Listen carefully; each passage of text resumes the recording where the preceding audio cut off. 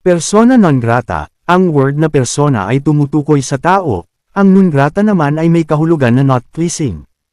Ang persona non grata ay madalas ginagamit sa mga diplomat, pero pwede rin itong gamitin sa normal na tao.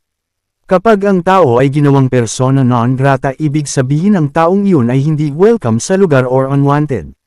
So makakapunta pa ba ang taong ginawang persona non grata sa lugar kung saan dineklara siyang persona non grata? Ang sagot ay yes. Ang taong dineklara na persona non grata ay pwede pa rin pumunta sa lugar kung saan siya dineklara na persona non grata. Dahil ang pagdeklara ng persona non grata ay para lamang political statement na magsasabing hindi nila nagustuhan ang ginawa o inasal ng isang tao.